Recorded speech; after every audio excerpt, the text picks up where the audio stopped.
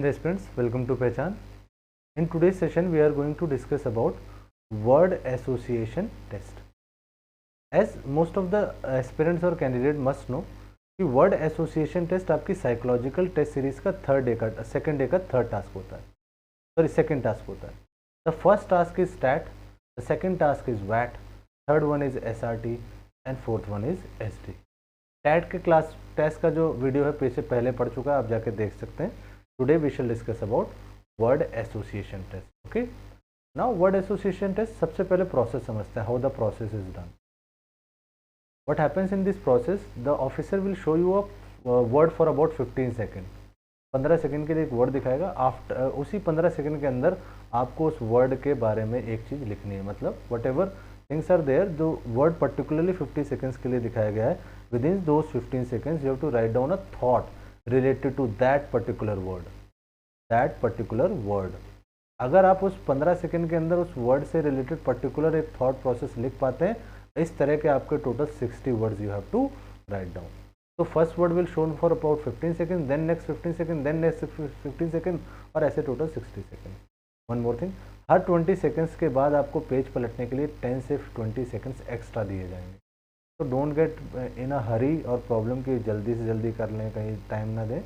The officers are very chilled out there, they will provide you the optimum amount of time to attempt that. Okay, but practice is must. कोशिश करोगे, practice करोगे तो 60 words में से 55 तो लिख के आओगे ही आओगे. And it is very common. Okay, some of the myths जो है ये है कि 60 में 7 अटेम्प्ट करो. भाई it is a very common thing कि 60 में से कुछ वर्ड्स आपको नहीं आएंगे. And it is very common. Nobody is perfect, everybody has some flaws. It might be a possibility you doesn't know the meaning of particular sentence, that is okay. तो 2 से 3 या 4 या 5 सेंटेंसेज नहीं भी आएंगे, दैट्स फाइन, वो सही है, कोई प्रॉब्लम नहीं उसमें.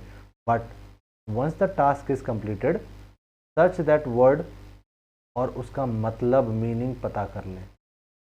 It might be a possibility कि पर्सनल इंटरव्यू और कॉन्फ्रेंस में ये क्वेश्चन आपसे पूछा जाए कि वैट में से कौन सा वर्ड छूटा था.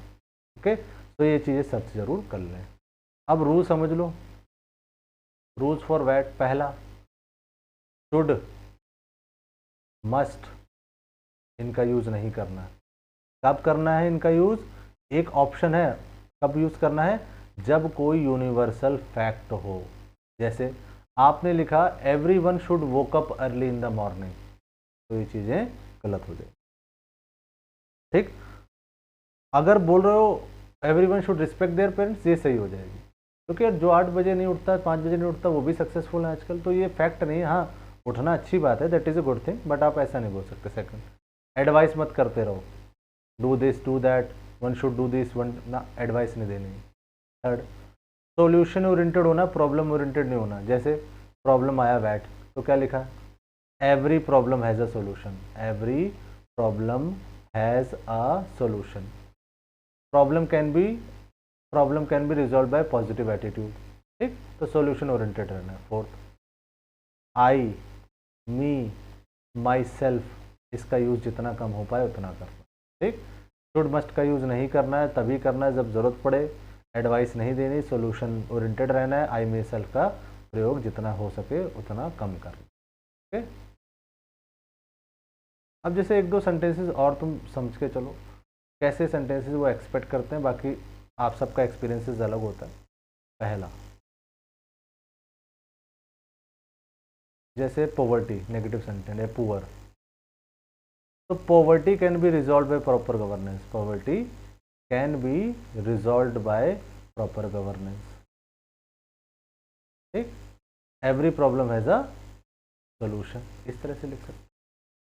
तो कोई भी सेंटेंस है उसका कोशिश करो सोल्यूशन और पॉजिटिव देने की कोशिश करो. अगर कोई भी सेंटेंस है जिसमें आपको लग रहा है कि नहीं ये नहीं लिखा जाता, सिर्फ फैक्ट लिखा जा सकता है, तो फैक्ट भी वो लिखो जो कॉमनली नोन ना हो. ठीक, कॉमनली फैक्ट नोन ना हो वही लिखो.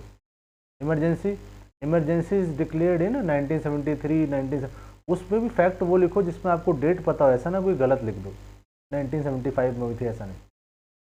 जो इमरजेंसी है, जो भी टाइम है, वो उस फैक्टिवल के हिसाब से होना चाहिए. ओके, अब कुछ एग्जांपल्स देख लेते हैं.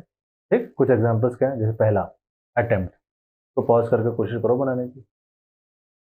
चलो देखते हैं.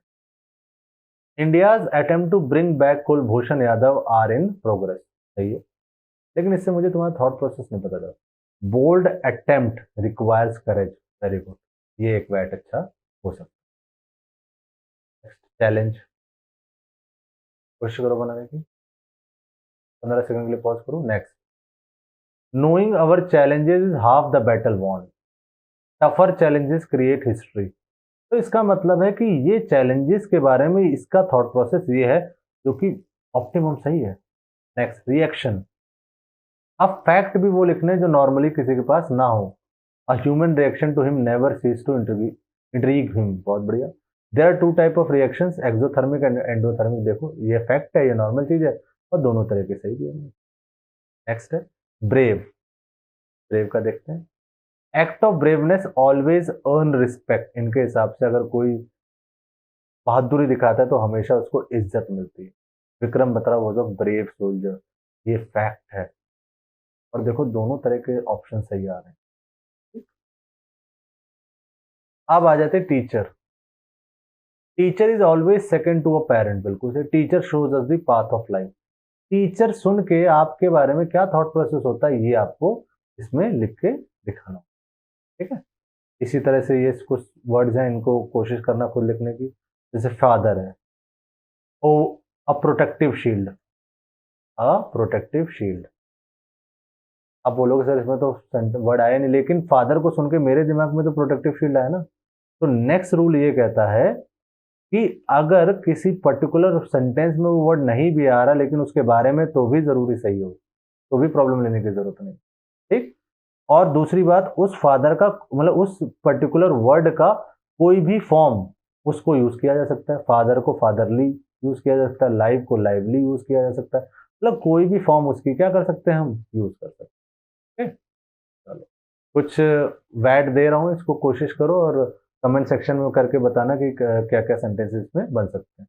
इसका डिटेल लेक्चर भी सून अवेलेबल हो जाएगा हमारी ऐप पर, वहां पर जाके आप ये चीजें देख सकते हैं। कैरेक्टर, ऑफिसर, स्टैमिना और मेडिसिन, इन चार का वैट बनाने की कोशिश कीजिए और कमेंट सेक्शन में लिख के बताइए, तो हम रिप्लाई करेंगे। चलिए, आई होप आपको वैट के बारे में थोड़ी बेसिक नॉलेज हो ही गई होगी। प्रैक्टिस करते रहिए। कोई किसी भी तरह की कोई दिक्कत हो तो हम लोग हैं, आप हमको प्लीज़ मेल कर सकते हैं, we will definitely help you. SSB, इस चैनल का एसएसबी एजुकेटर आपसे कहता है जय हिंद।